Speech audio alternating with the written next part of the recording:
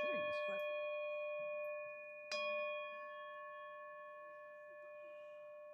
Good morning. Welcome to Golden Gate Center for Spiritual Living. Those of you who are here already, I'm delighted to see you. And those of you that are here with us online, thank you for being here. This is a place that is open and available for spiritual awareness, growth, deepening, no matter who you are or what you've done or where you've been in your life. So whoever you are, wherever you may be on your pathway of life and faith, you're welcome here. We're glad you're here this morning. And so let's make each other welcome. I'm going to invite you to go ahead and stand now and move around the room, say hello to each other, introduce yourselves, just generally make each other welcome. Those of you at home, make yourself welcome right now. You're important too, and we're glad that you're here. In just a minute, we're going to sing, so you can get yourself an extra cup of coffee right now or whatever you'd like to do. Be right back with you here.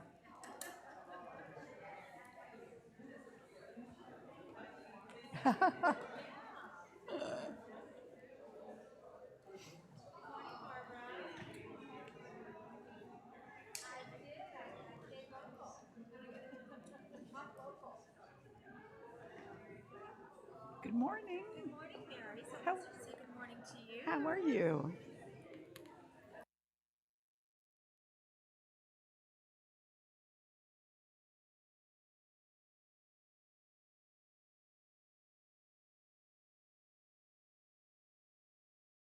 Thank you.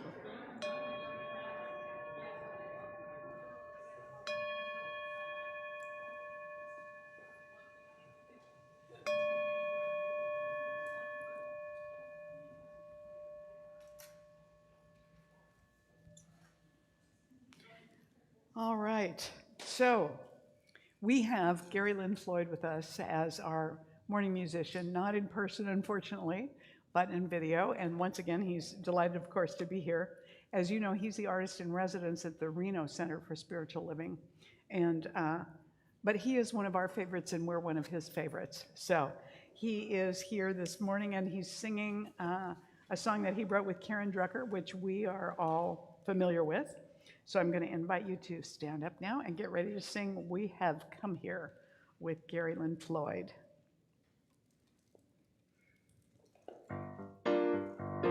Good morning, Golden Gate Center for Spiritual Living. Gary Lynn Floyd with you this morning. So glad to be back. I'm just honored every time I get to share with you. I hope you'll sing with me. Feel free to stand up and move around a little bit. This song's called We Have Come Here. I wrote it with my friend Karen Drucker. Please sing with me. We have come here to love one another.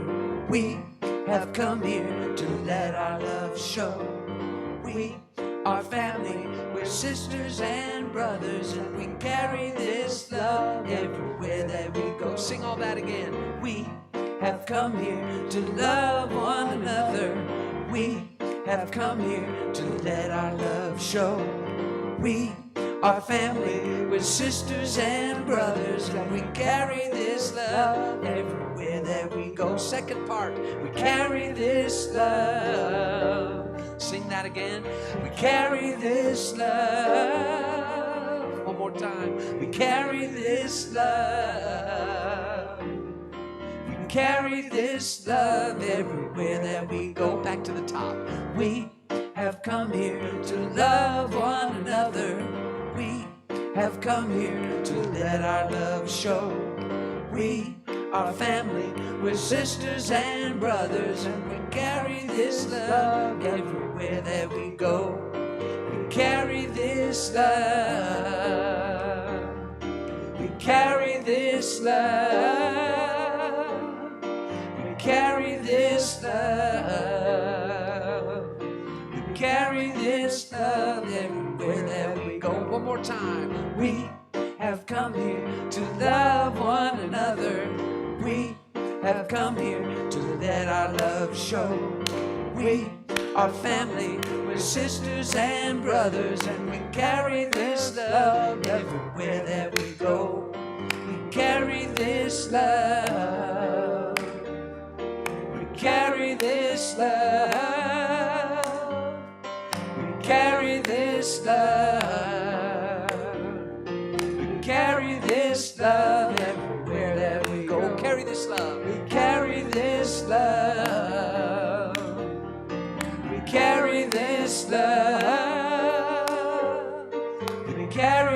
this love. We carry this love everywhere that we go. Last line. We carry this love everywhere that we go. One more time. We carry this love everywhere that we go. You sound right. really good You this sound morning. great Give this yourselves a morning. hand. He thinks so too. You may be seated. This is the time to silence your cell phones as we prepare to turn within and make ourselves spiritually ready for the morning. So we've done our greetings, we've done our hallelujah kind of singing, and now we turn within. So I'm going to invite Reverend Judith Fleener up to do our opening prayer for us.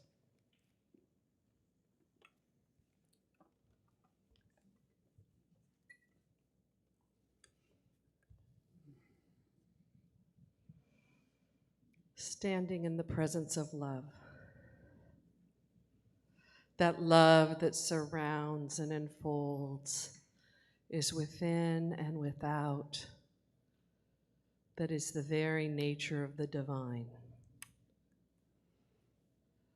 I remember that this love is the universal source of all creative energy that allows for the beingness of my life and my home. And so in this recognition, I remember that I am never separate from that love. It is close to me in my heart and in my body and in my mind and in my very being. That love and I are one. And that this divine presence is creating the world and the home in which I live.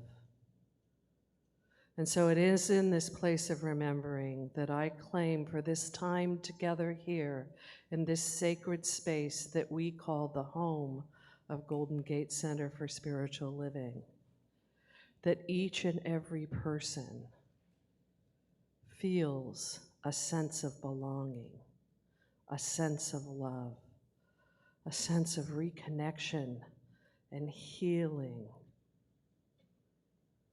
And that this service inspires, as Reverend Mary speaks words that are tuned into by those that are online, those in the room, and that her words radiate out into the world, creating a vibration, allowing for each person to have home. And as we come upon this time, this next week, which in the United States we call Thanksgiving, let us remember to be grateful for the little and the mundane, as well as the extraordinary. And that each and every person, as they gather around a family table or with friends, or decide to stay home and be in the quietness of their own heart, that this gratitude fills up and is overflowing so that it can heal in places that are outside the United States, where there may be war or there may be strife, that the healing energy of gratitude be reflected throughout the universe. And so I am grateful for this place I call home, where the music is filling the space, where the smiles and the hugs rejuvenate me, and where the food and the coffee and the conversation delights. And so I just give thanks for this time together, for the healing energy it's providing, in a sense of true gratitude and love for home. And I let it be, and so it is. And so Amen. it is. Thank you, Judith.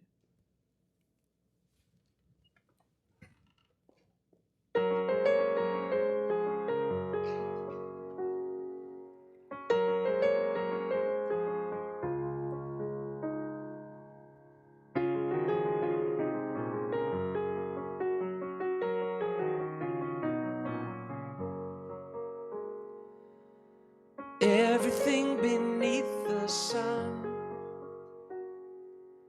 breathes like a harmonium. pure perfection has begun, shining like a midnight sun. Out of darkness I have come, I see God in everyone. Let me be an instrument, guided by an heaven sent. May these grapes of pain ferment, alchemize to love's content, ever be a sacrament, knowing God is my intent. God, let me know your name, hold me in the same breath as your word. Oh God, I feel you all around. Oh, how you astound me with your grace.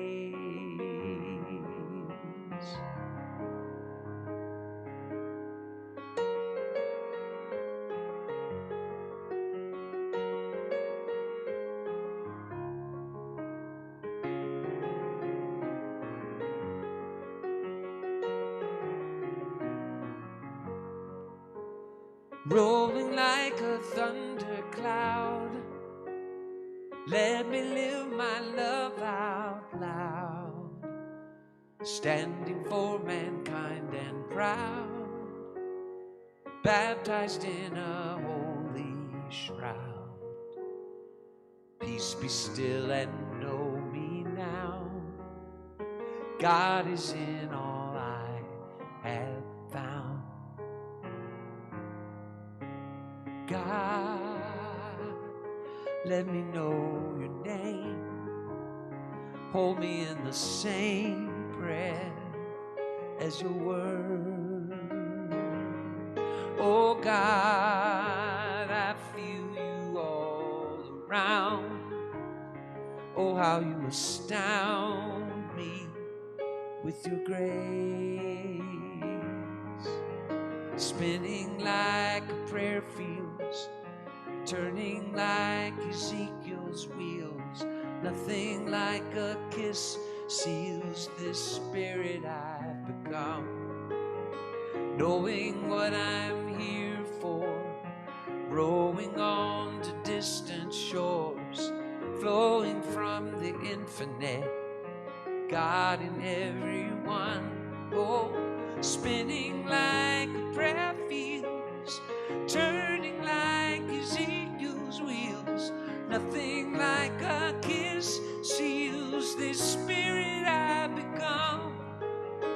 Knowing what I'm here for, rowing on to distant shores, flowing from the infinite, God in everyone.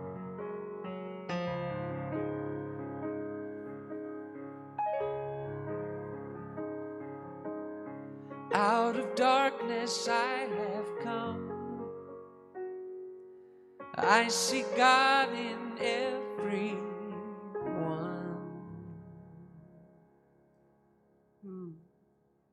Thanks, Gary.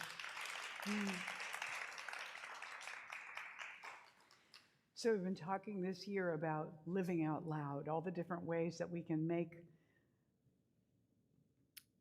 ourselves stand in our truth, or allow ourselves to stand in our truth and be visible in that, be audible in that. And during the month of October and November, by the way, just this week I noticed that this has been saying October all along, and you'll notice that your bulletin says October, because in spite of the fact that I always proofread it, Pat and I did not even catch that. So hopefully by the last week of the month, we'll actually say November, and then we'll remember to switch to December. So many things to keep in mind. But anyway, this has been our 2 months of looking at our sacred process each year of deciding what we're going to make our giving intention or commitments for the coming year to be. So last week, the congregation made their commitments, those who were here. By the way, if you did not get to do that, the commitment forms are on the back table, and we would love to have you turn those in. Paul is waving them right now. They're in envelopes back there. You can easily grab one and fill it out, give it to one of us to put it into the offering this morning after we get ready to send it in. Those of you that are online, or even those of you in the room that want to, can also do that commitment right from our website. Just look at the tab that says donations, go under that, and you'll see the form there. So you can do it that way too. But anyway, this process of following the yellow brick road has been our theme for this 2 months. And you know, in The Wizard of Oz, when they're following the yellow brick road, they're doing that because each one of them really has a passionate need for something, or so they believe. And actually, the things they have a passionate need for are already within them, but they don't recognize them, they don't see them. So the process of walking the yellow brick road and finding their way to Emerald City, and then going through the challenges there where it looks like they're not even going to get to see the wizard, allows them to finally break through that, even when he gives them a difficult, awful task that should be impossible for them to complete as a prerequisite to getting what it is that they want.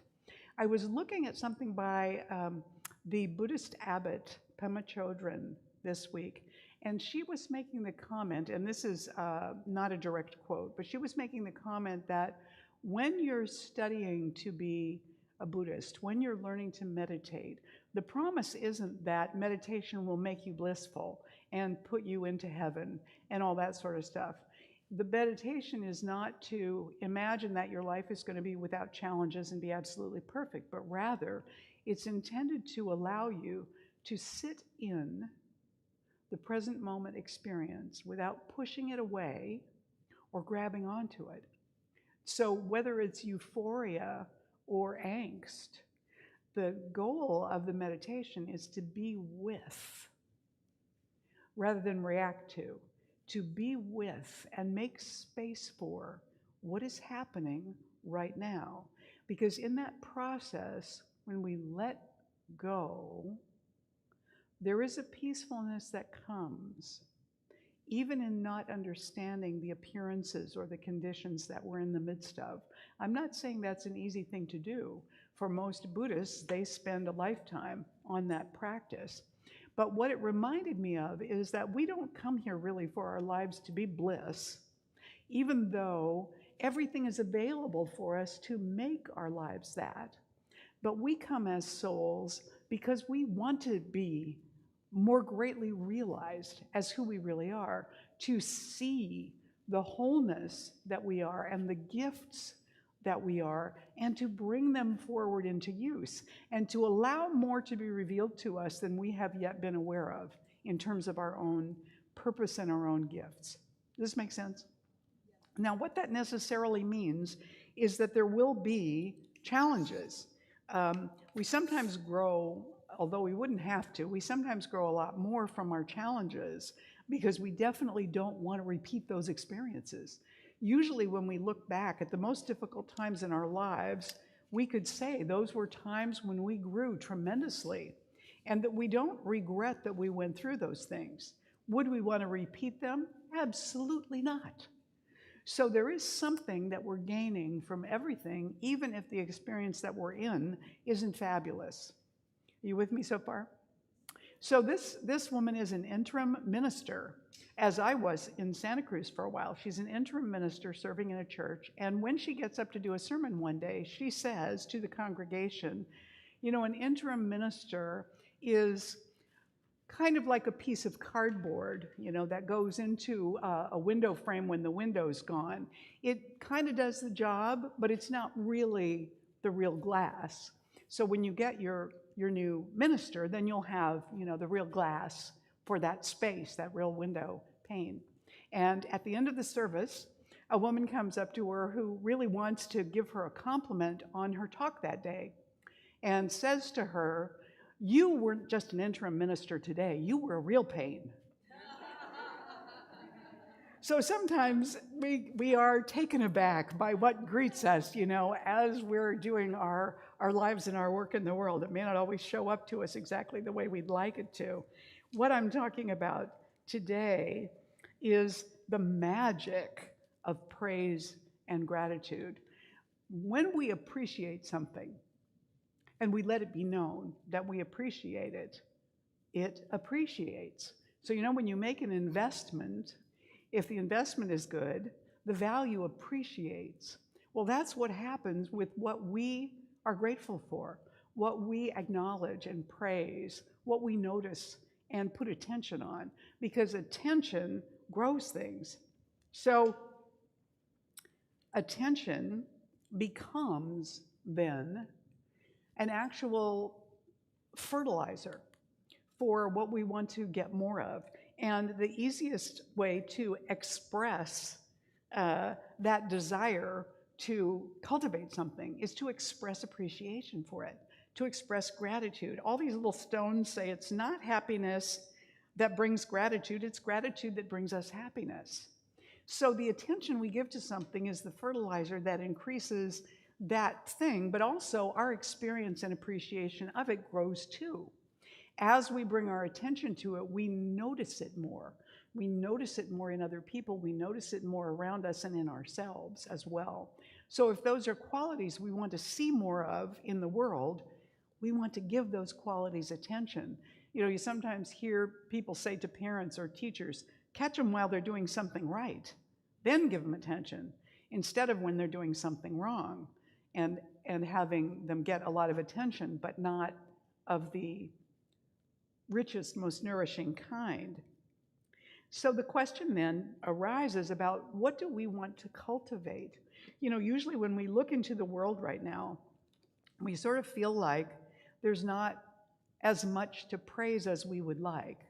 We see challenges and conflicts between people and countries and political groups and educational economic groups and so on and so on and so on. And we can always pick out the challenges. And we're helped along by that with our news media, with all of our media, really. We're helped along with that.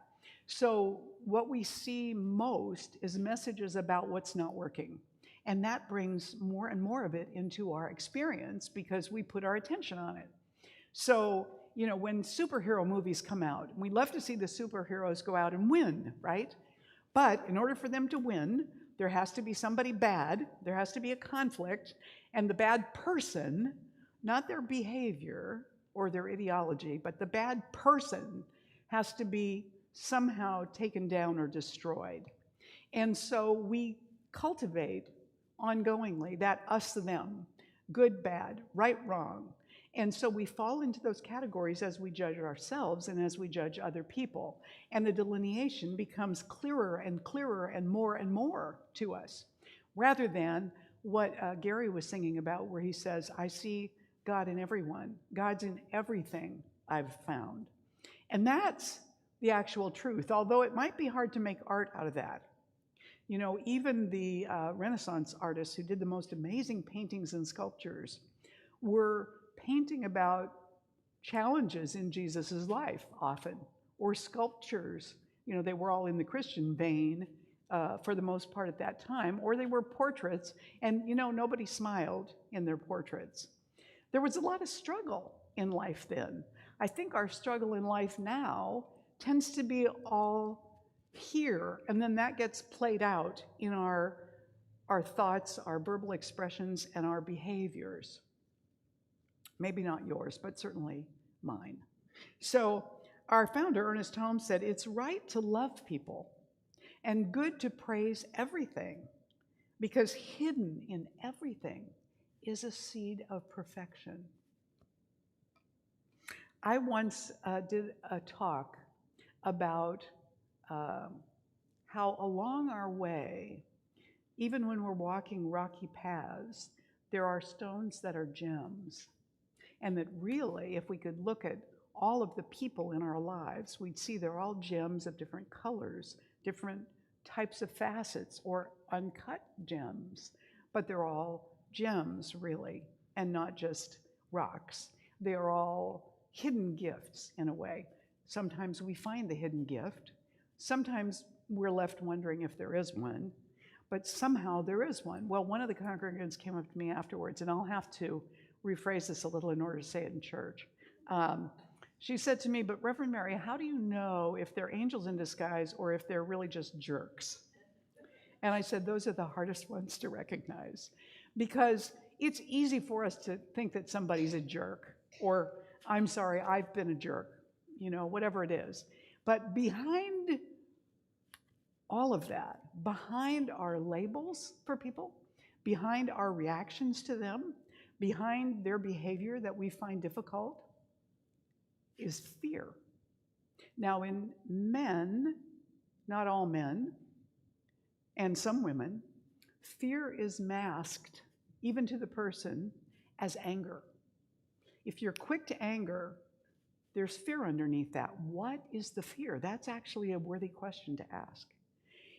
For women, not all women, and some men, what masks the fear is sadness. Sadness, grief, betrayal, loss, victimization, lack of power, whatever. But behind that sadness, that disappointment or discouragement, is fear. What is the fear?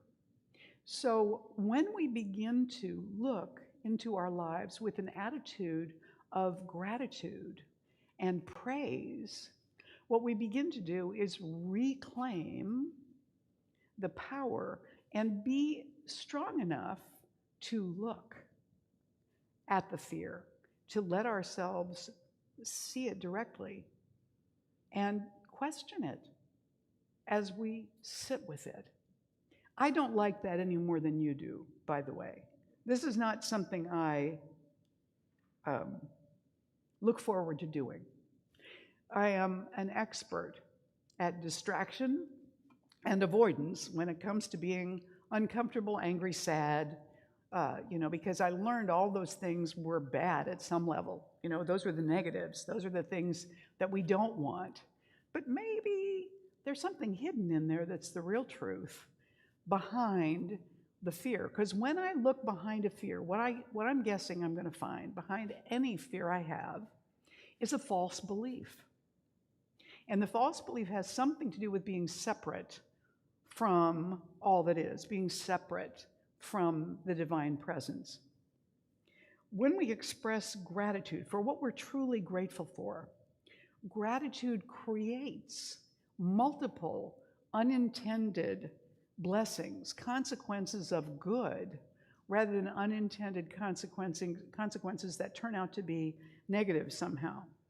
Holmes also said, praise and thanksgiving are affirmations of the divine presence, the divine abundance, the divine givingness. So when we express gratitude to somebody, or when we praise somebody genuinely, not just, because we want to change their behavior, so we're manipulating them by actually praising them, trying to show them the difference between what we're saying and who they really are. I'm sure none of you ever do that, but that kind of backhanded, underhanded kind of praising, that's not really it. And what gets conveyed is more the energy that's underneath than the actual words of praise. So what we want to do is recognize that what we're genuinely appreciating will appreciate. That's what it does. We are showing the universe what we like, what we value, what we care about, and the universe reflects it back to us, which means we get more of it. This makes sense, right? Yeah. So in this process then, we come to our little journals, and I told you to bring your little journal every week, and this week I forgot mine. So inside your journal, if you open that up to the very last week, because our 8-week program only went up to this week. If you do not have a journal, would you raise your hand and Paula will bring you one?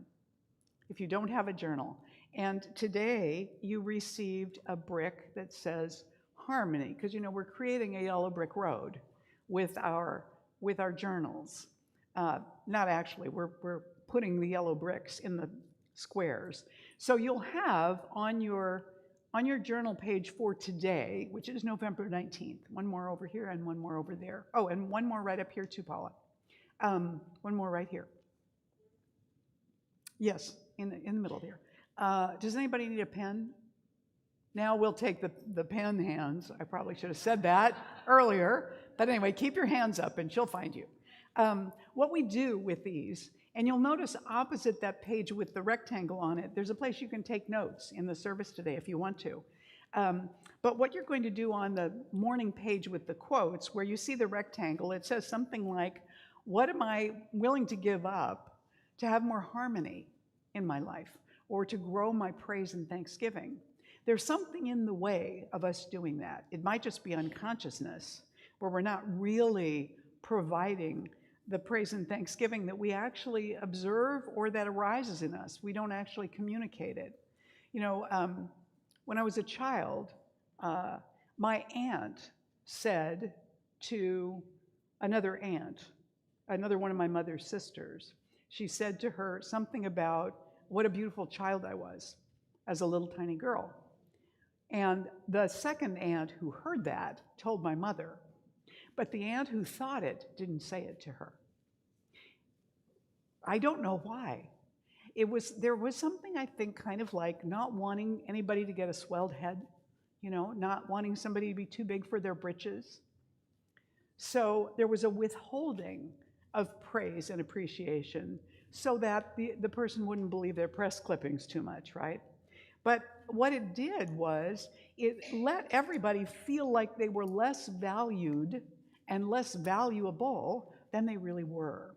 So on your journal page, if there is something you're aware of, even if it's just unconsciousness, that you need to let go of in order to experience the ability to give more praise, more appreciation, more gratitude, and experience more harmony, write that on that line.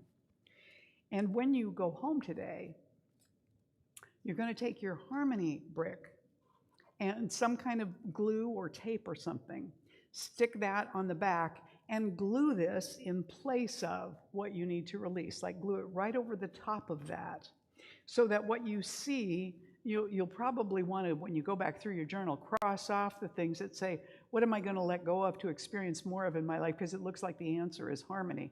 I'm going to let go of harmony to experience? No, the question is really for what's underneath. So what we're doing is walking through a doorway by saying, this is in my way. I am choosing to let go of this so that I can experience more of something else, so I can express more of something else. And in that way, we're creating our own yellow brick road to that experience of greater awareness of who we really are and greater appreciation of each other. Everybody still with me here? Okay, so that's your task when you take your brick home, is to finish that and put it in your journal. And as we approach Thanksgiving, then, we're doing it with a greater sense of intention.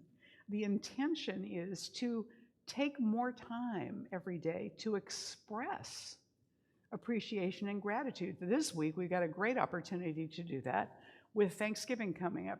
And whether you're with people and celebrating Thanksgiving, or you're alone on that day and you're going to the movies or something else, let some of that day be an opportunity to reflect on what is wonderful in your life and in the world that you're grateful for, that you wouldn't want to lose.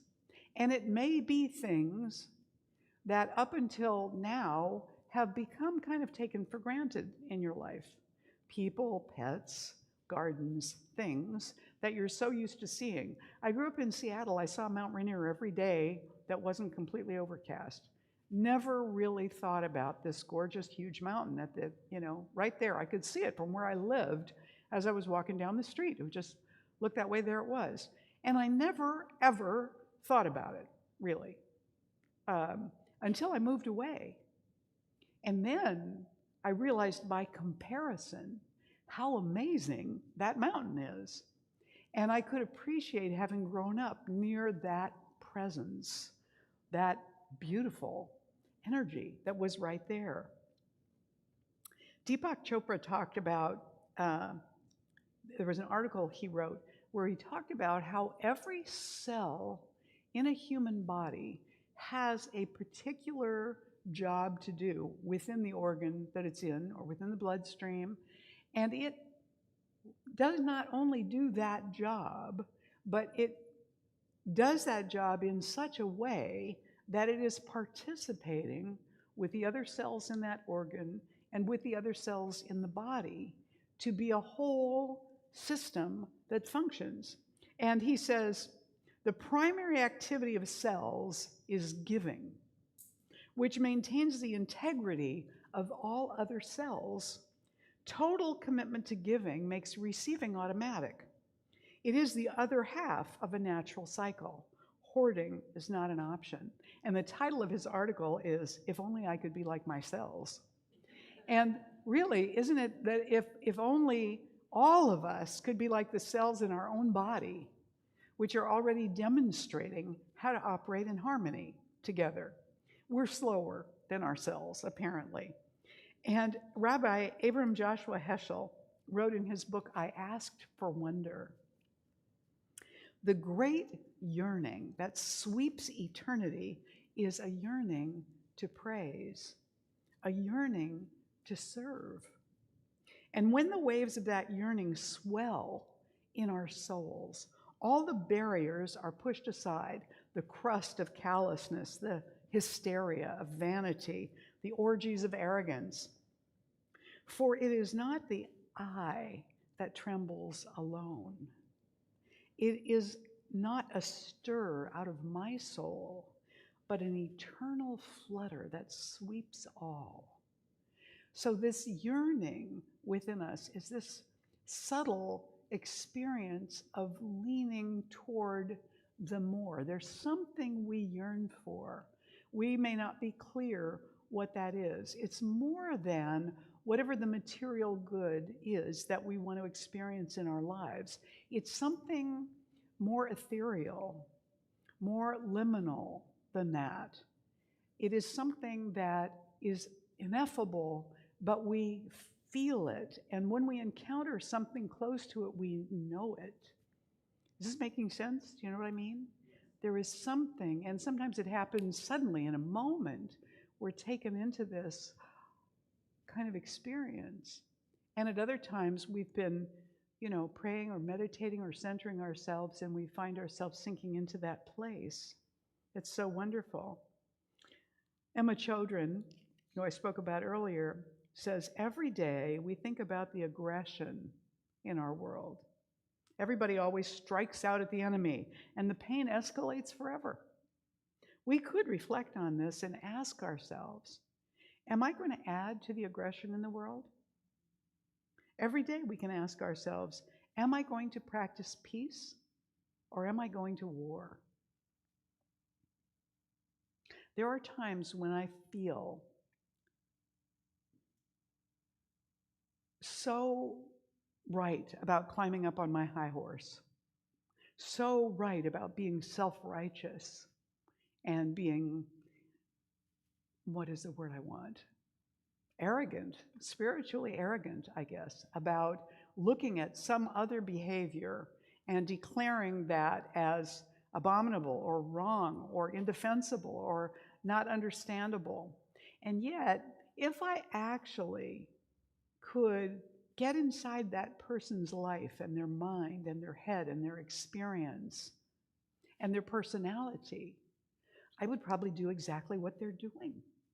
I wouldn't be any different than that, given that life, that combination of personality, genetics, background, tendencies, whatever.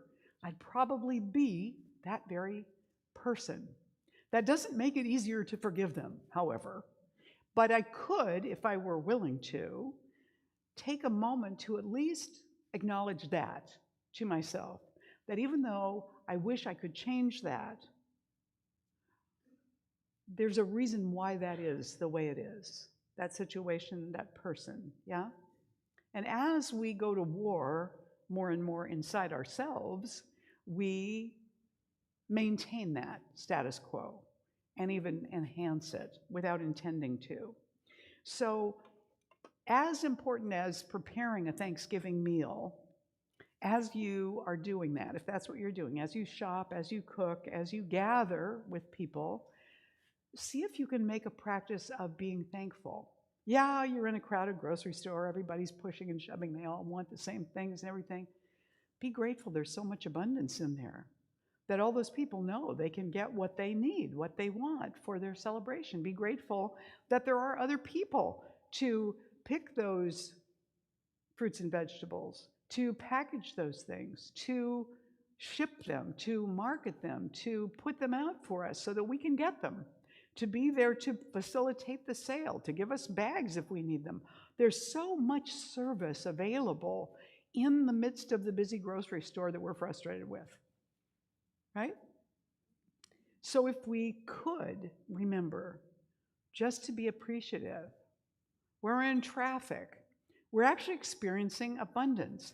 Look at all the cars that are in this country, all these people who had all this money to buy all these cars. Look at how we have the fuel to run all these cars. I mean, it may not be the best thing in the world, but we look at what we've got. Look at the abundance that's happening here as I'm stuck in the traffic with all these people. Look at all these people. Every one of them has different gifts and talents. Every one of them has different loves, different energies that they're contributing to the world in some way. All of them different than me. All of them different than mine. It's amazing. Abundance. We're in it all the time. All the time. But we don't take a moment to see it and appreciate it. So we could make this week a week about being appreciative.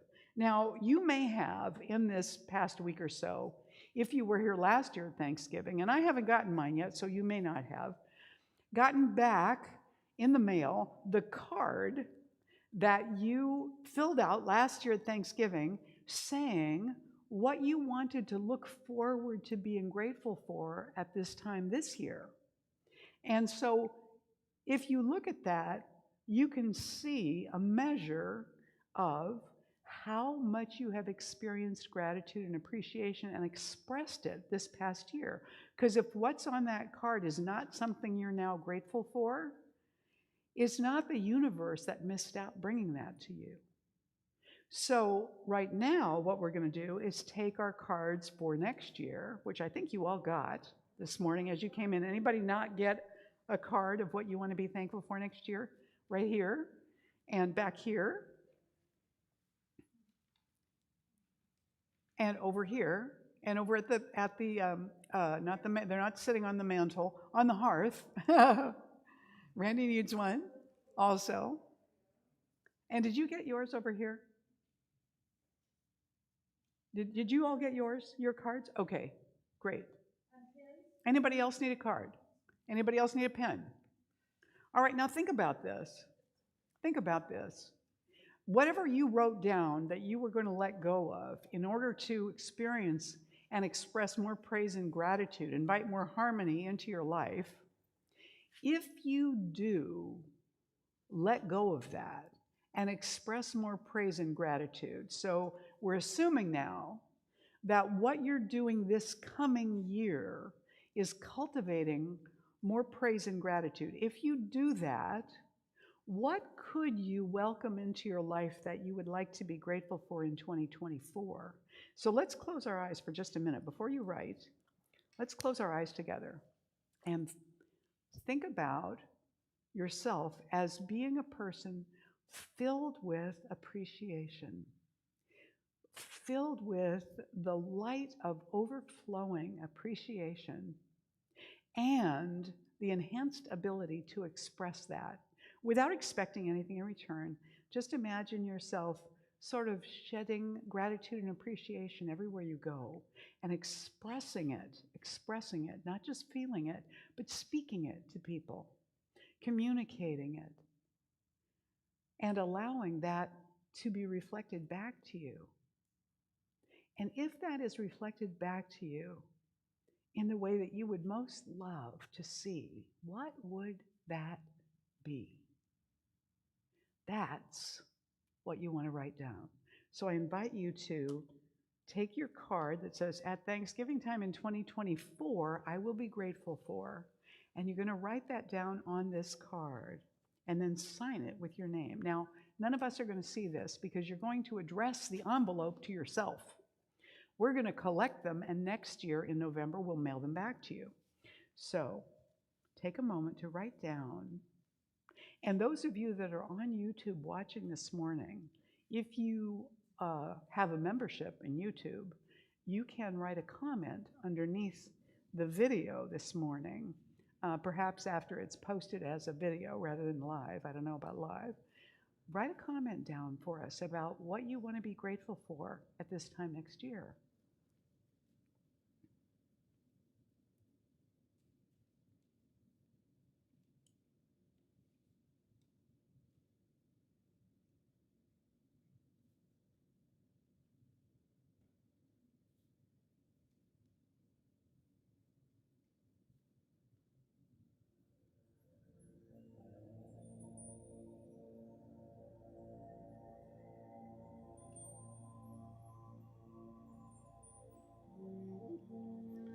And after you've written it, go ahead and address the envelope to yourself.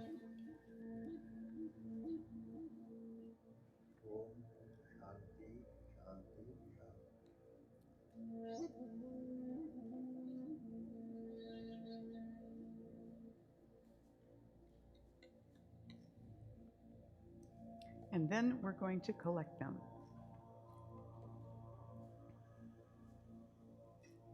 So go ahead and pass your envelopes to the center aisle.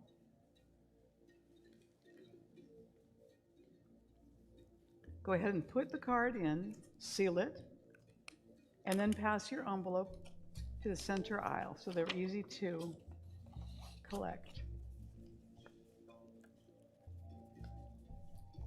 And those of you at home, remember to go ahead and send us yours too. We would love to know what things you're looking forward to being grateful for in 2024.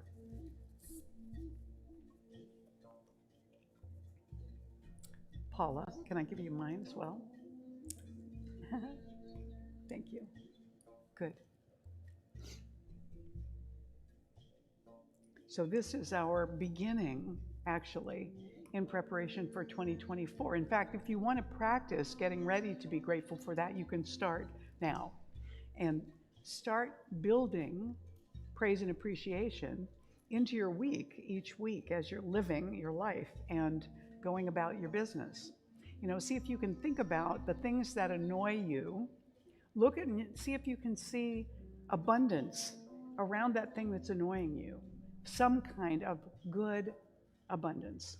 You know, not just, well, you know, I look at that person, I see an abundance of conflict. Well, that may be true.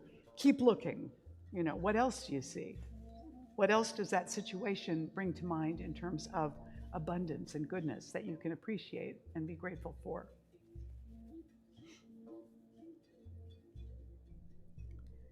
Hal Elrod said, when you're consciously aware of all that you have to be grateful for, your life is in perfect harmony. Now, that does not necessarily mean that all the conditions of your life or all the challenges are going to disappear. You know, if you have arthritis in your left foot, you know, having more harmony in your life may or may not resolve the arthritis in your left foot, but it won't hurt it. So what we want to do is let our awareness invite greater harmony into our experience at Thanksgiving. So for example, if you're spending Thanksgiving with family members that you typically find it difficult to be with, be grateful for the opportunity to just notice your discomfort. Rather than trying to fix them or be defensive or change them, just see if you can just make space for your own discomfort. That'll be hard enough to do. And then be grateful for the food and for the fact that you can leave when you want to. But spend some time being grateful because that's important. The poet laureate of India, Rabindranath Tagore, said, the highest education is that which does not merely give us information, but makes our life harmony with all existence. The highest education is that which does not merely give us information, but makes our life in harmony with all existence. Wow, wouldn't it be interesting if there were ways for us to teach that in school?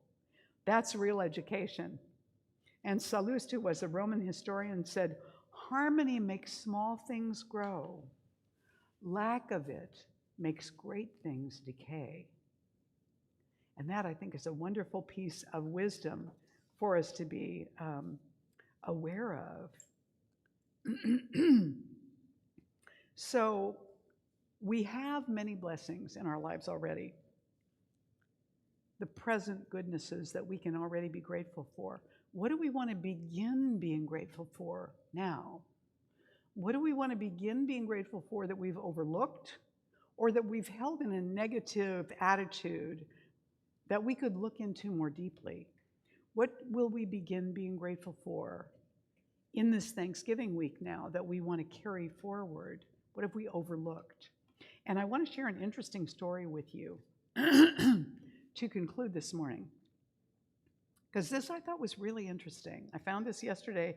This was posted on the Harvard Business Review online, February 2021.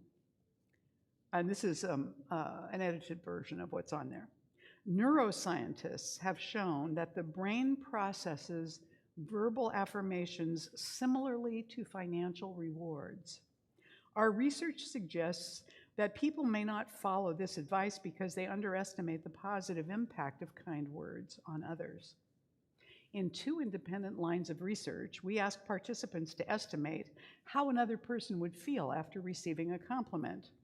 We then asked them to actually compliment another person, and we compared how that person felt after receiving the compliment to how participants had imagined that person would feel.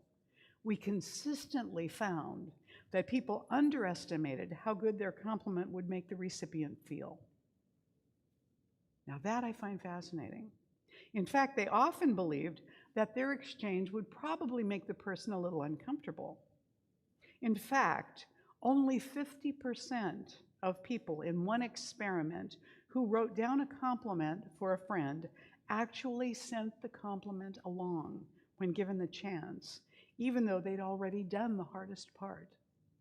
50% did not even pass on the compliment. Research shows that people also underestimate how much recipients appreciate gratitude. In one study, participants wrote gratitude letters expressing their appreciation to someone. The recipients of these letters were then asked how they felt receiving them. When researchers compared recipients' feelings to senders' expectations, they found that senders underestimated how positive the recipients would feel and overestimated how awkward they would feel.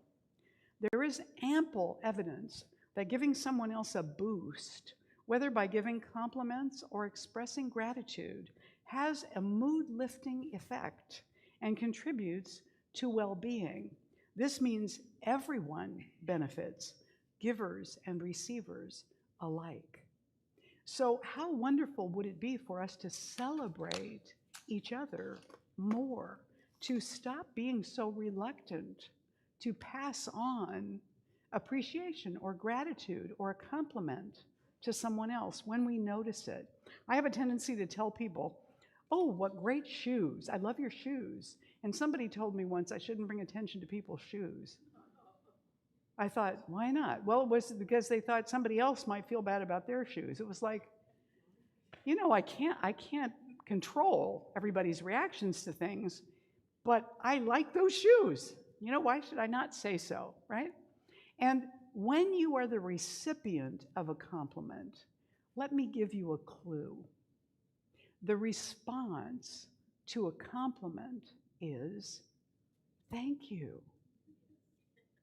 Thank you. Just yesterday I got a compliment, but I didn't say thank you.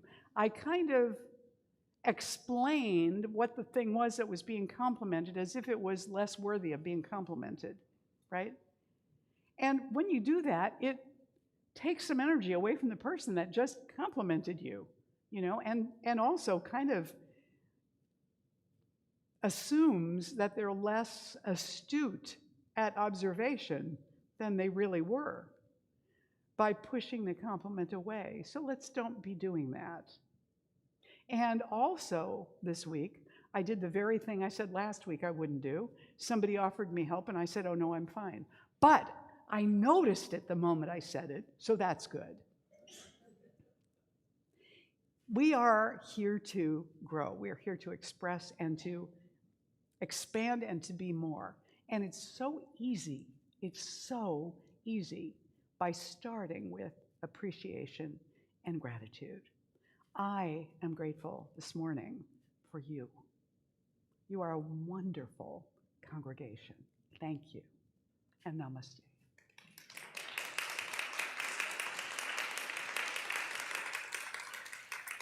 Now let's turn within and just anchor this in prayer before we go on. So, recognizing God is everywhere, pouring forth from everything, including all of us, unlimitedly creating constantly, more and more creativity flowing into being throughout the universe, more and more creativity arising within us to be felt and to be expressed and to be experienced and appreciated. We immerse our consciousness in gratitude right now for all of those opportunities, for all of the invitations to see and appreciate the good that's within us and around us. And we claim a greater awareness and opening in our consciousness that allows us to see, to perceive, to be aware of the many things around us that we are grateful for and that we can express appreciation for, and of all the wonderful qualities that are within us, the ones we already know about and the ones that we are open to discovering on our own yellow brick road.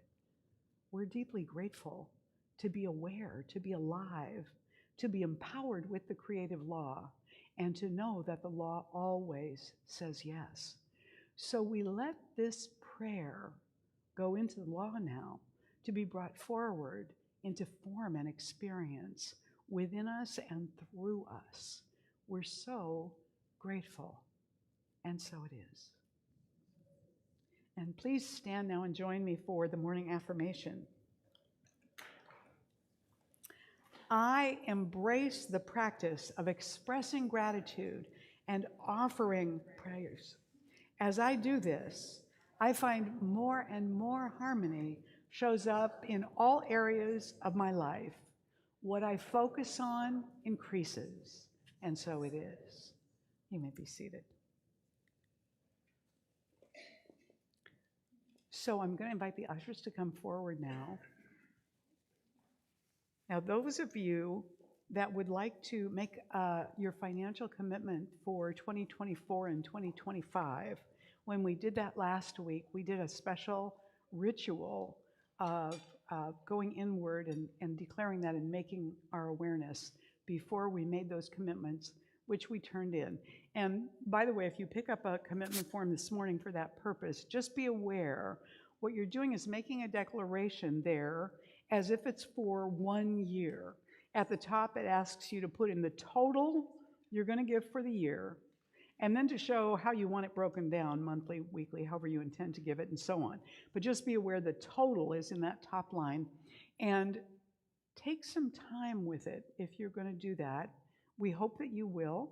We hope that you online will. But before you do that, please take some time to turn within and ask for direction, for guidance, that you can choose to give something for your spiritual community that is a stretch for you, but is not terror-inducing in any way, because that's not a good place to give from, all right? So we want to stretch, but we also want to feel like it's a stretch we're willing to make or we're able to make. So do that first, prayerfully, then do your commitment. So that's enough about that. Those that are giving this morning, God bless you. We're going to bless those offerings. If you're texting an offering, it's online. The number's online on the screen behind me. Okay? So We're going to take the offerings we're giving today, hold them near our hearts, and we're going to bless them by saying this together out loud. This gift I give is God in action. I now send it forth to bless and to prosper. I know that everywhere it goes, it is creating a world living in love, one heart and one thought at a time. And so it is. Please go ahead. I can't think of a better gratitude song for this Sunday than this wonderful song by my friend Karen Drucker. Yeah, I know you know it. Sing it with me. It goes like this.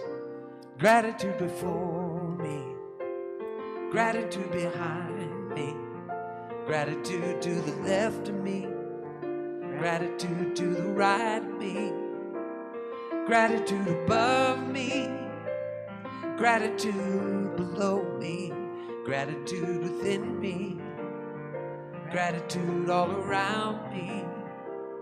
I'm so grateful. I'm so grateful. I'm so grateful. I'm so grateful. I'm so grateful. I'm so grateful. I'm so grateful. I'm so grateful. One more time. Gratitude before me, gratitude behind me, gratitude to the left of me, gratitude to the right of me, gratitude above me, gratitude below me, gratitude within me, gratitude all around me. I'm so grateful. I'm so grateful. I'm so grateful. I'm so grateful. I'm so grateful. I'm so grateful. I'm so grateful. I'm so grateful. One more time. I'm so grateful. I'm so grateful. I'm so grateful. I'm so grateful.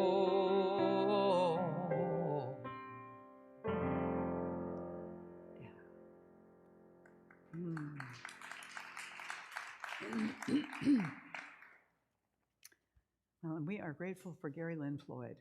And this morning, we do all of us together accept this offering on behalf of Golden Gate Center for Spiritual Living. And we charge Golden Gate on our behalf to send this into the world with great appreciation, seeding appreciation everywhere that it goes. And so it is.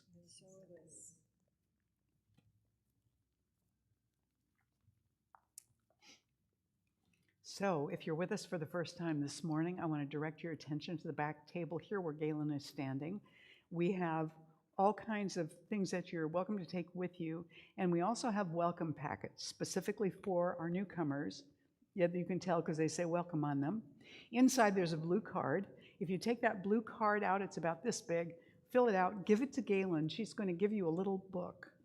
This little book is our thank you gift for you for being here today, and also our invitation for you to come back often and get this rejuvenation and let us get to know you as part of our family. We would love to do that. Also, I want to appreciate every single person and family that were involved today in making this just a wonderful morning for us, beautiful and lovely. The Frost family did this fabulous altar with the table set for Thanksgiving. So I want to appreciate the Frost family and our practitioners who are serving at the table today, and all of us, as well as these wonderful people here. So let's acknowledge all of them and all of us.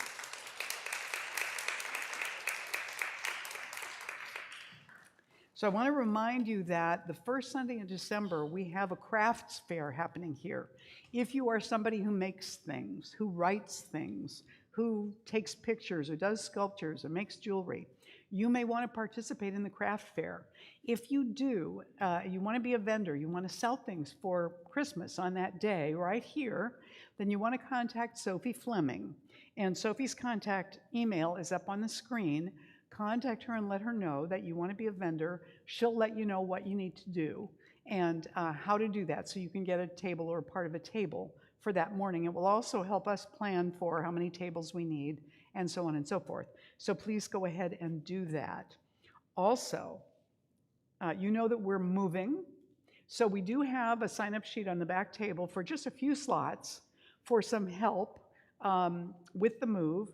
And you can see there are a couple slots for this Saturday, this next coming up Saturday, for finishing up at the office, and then a couple slots for the day of the move at the new location for a couple people to help us as things come in to make sure they either land in the right spot or help us, start opening things up. So if you're available to do that, I think I've got it down from 1 to 3 both days, so we're not asking for a huge amount of time. But if you're available and you want to do that, I invite you to sign up back there. And I also want to remind you, or just let you know actually, because you don't know this yet, that we have a used book sale happening today. We've taken the books from our library at the old office, which sat in the hall and usually were not used, and we're giving them to you for a nominal fee. So there are a bunch of them out here just loose on the table, and what we're up for also is not only selling them individually, but also if you want to buy a bag of books. Deborah, are you receiving money for the books this morning? Yes. So Deborah Irwin in the orange jacket there is going to be the person who is receiving the money. She'll be at the book table, and you can, if you want to get a bag of books, you'll get them like, what is a bag, $5 or $10 if they're hardbacks, or? Okay. Whatever, yeah. Okay, so we're being flexible on the amount that you pay for them, but you can choose your own for a bag, or there may be some that are still in bags, and Deborah will give you directions on that at the table, and we thank you for participating in that. You could get some great stuff, believe me. Plus, we would just as soon you had it as we had to cart it off somewhere, so live it up. Also, our fellas are doing a brunch. Now, if you are a fella, we're expecting you to help. Because, sometimes the two guys doing most of the work, and that's not so much fun for them. The brunch is only $10. It's happening on the 10th of December. It's going to be right here. They always make a fabulous... Wait, did I get those turned around? No, this should be the 10th. That's the wrong date. The crafts fair is the 3rd. The guys are on the 10th. Please forgive my fingers. The guys are on the 10th. It's $10 for the whole brunch, and they'll be right here serving the brunch, and we will have a lovely time just kind of schmoozing here together on the 10th of December. So plan to be here a little longer and have brunch with us on that day. And guys, if you're available to help with cooking, with serving, with cleaning up, any of those things, with shopping, I guess, maybe too, would you please talk to Russ this morning? Russ, would you give a wave since Steve isn't here? Talk to Russ and plan to show up on the 10th and just pitch in and help. But it would be great if he had some idea and Steve had some idea how many people are going to be actually, doing this. Because, we may have more women than men, but we have men, right? So let's see them. We want to celebrate you guys. I also want to remind you that our holiday services on Christmas Eve and New Year's Eve, those are Sundays, will not be here because this facility is closed on those weekends. So we will instead be meeting at the Best Western Corte Madera Inn, which is kind of opposite Il Fornaio, if you know where that is in the town center there, on Madera. And we've done services there before. We'll be in a little gathering room on the main floor in that inn. So when you come in the door, you'll see where to go. It's very easy, but come in at regular time, 10 o'clock, both of those Sundays right there. If you have not filled out the Survey Monkey, and I've seen maybe the total numbers of people who have, so I would guess you have not all filled out the survey. It's only 3 questions. I know some people have had trouble getting in. I don't know why, because I go to this link and it tells me I've already taken it. So I don't know what to tell you. Keep trying. But we would love to know your responses in this multiple choice thing to the questions about activities you might be interested in. That will really help us to plan stuff. So we'd love it if you would do that. Let's see. I told you last week that the people who had done their commitments, we had $58,808 of commitments toward our goal for 2024, which is $250,000, right? And last week we added the congregants who were here who made their commitments to that. And so we're now, I think, about $100,000 with, you know, the people from the luncheon and the people who were here yesterday and the people who've done theirs online already. We're at about $100,000. So we're looking to bump it up. By the way, if you come into lots of money, feel free to give us some. And so that's that. I wanted to report back to you about that. But on another note, our Wednesday night meditation, which you can access on our calendar online. You know, go under Classes and Events tab on the website, and you'll see the calendar. Go to the calendar, go to the day, you'll see meditation, click on that. And you'll find the link to bring you right into the Zoom meditation on Wednesday night. And this week, it is guided meditation. So that will be happening at 7:15 on Wednesday. Please know that our practitioners are available for prayer. They're always available by appointment, but on Sunday, they are here available to do short treatments with you as their gift of service. And the ones at the table, yes, we appreciate them. And we have Dana and Selma at the table this morning. If there's anything bothering you that you want prayer for, go to the table after the service. They will take you and do a prayer just for you around that. And then you can leave with a lightened heart and come to the bookstore the book sale, and find your bag of books. So we look forward to celebrating that with all of you. I'm going to invite the practitioners now to surround the room, and we're going to do a prayer, our chamber of prayer this morning, to bless all of us. So when we have a chamber of prayer, what that means is that you are tuned into receiving, and receiving from every direction. And that we in the circle are also allowing these prayers to resonate within and around us as we all are speaking our prayers together, not in unison though. So you're not trying to catch any particular words, you're just trying to let it in as we do this treatment of prayer and thanksgiving, all right?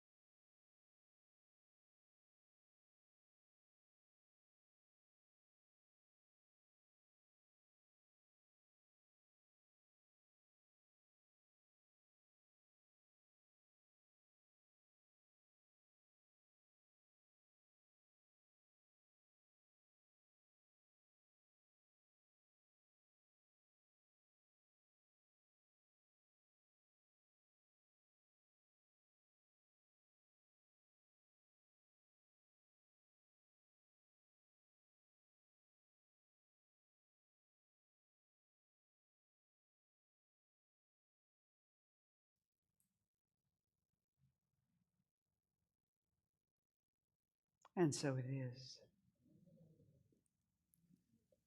I invite you to stand and join us for the closing blessing and song right now. So we do this closing. I used to call it a benediction. And benediction does mean blessing, but a benediction generally comes from two. But we are benedicting together. So we say the closing blessing in unison by saying, I now walk so that whoever walks beside me dwells in the presence of God, and whoever places a hand in mine is lifted, and whoever thinks of me is illumined with God consciousness. For spirit and all people and I are one eternally. And so it is. And here's Gary. Thank you again for having me with you this morning. I love you all very much. Happy Thanksgiving early.